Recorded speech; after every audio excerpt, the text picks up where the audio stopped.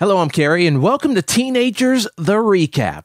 In this video, we're going to be talking about the second episode of Teenagers Season 3, Friends Without Benefits, and it's pretty easy to see why that's the title of this episode. I'm just going to briefly go over the two shorter plots in this episode. First of all, Bree's concerned enough about possibly being pregnant that she does take a pregnancy test. You know how time moves so slowly when you need to know something right now? Well, that's exactly how it feels watching Bree wait on that pregnancy test. The only difference is she now knows the results of the test, while we have to sit here and still wait because the results weren't actually revealed to us, the viewers. My teen drama instincts say that she is pregnant, but Bree is also the type of person who doesn't show extreme emotion. Even when she found out that Ash gave her an STD in Season 1, she was still very even keel, and she's also quite calm when it comes to the possible future thing that may or may not be happening with Gabe and Vesper. After Bree and Gabe have sex in this episode, we see that Gabe is very engaged with texting Vesper.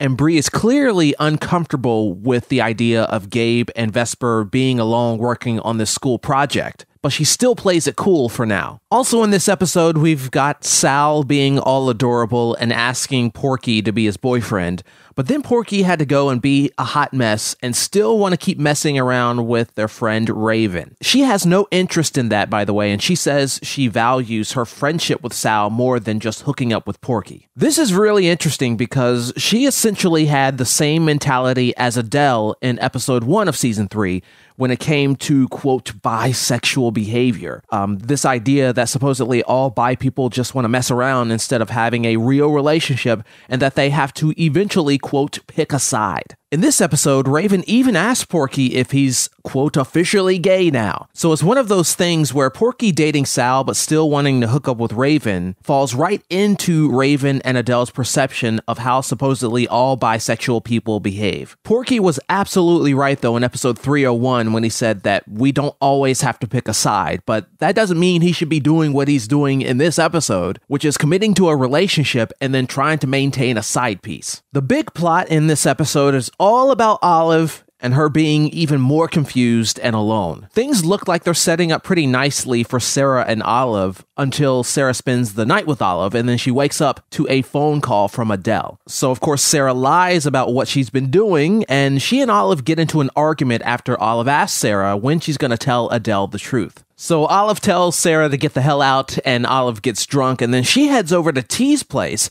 But at this point, he's wise to what Olive's been doing. And I forgot to mention a very important fact. Earlier in the episode, Olive said, "I love you" to Sarah. And Sarah didn't say anything. She just sort of kissed Olive back. So that also factors into why Olive is feeling kind of messed up right now. But then we get T telling Olive that he does love her, but he also feels like she doesn't actually love him back. In season 1, when we saw Olive in her bedroom, she was always trying to mimic Marilyn Monroe and the confidence that Marilyn exuded throughout her mannerisms. But now Olive even admits to T that she has no confidence in herself and doesn't even feel comfortable in her own skin anymore. And T brings up a really good point about all of this. They've gone through a lot of stuff together, but do these two people really know each other? Have they actually spent significant time with each other? A lot of their time together feels like it's either them, 1, enjoying the excitement of this being something new in season 1, 2, clinging onto those old wonderful feelings in the season 3 prologue, or 3, them being hurt physically and emotionally because of their relationship. So the door seems to be closing on T and Olive from a romantic standpoint, but Olive and Sarah, there's some unfinished business there,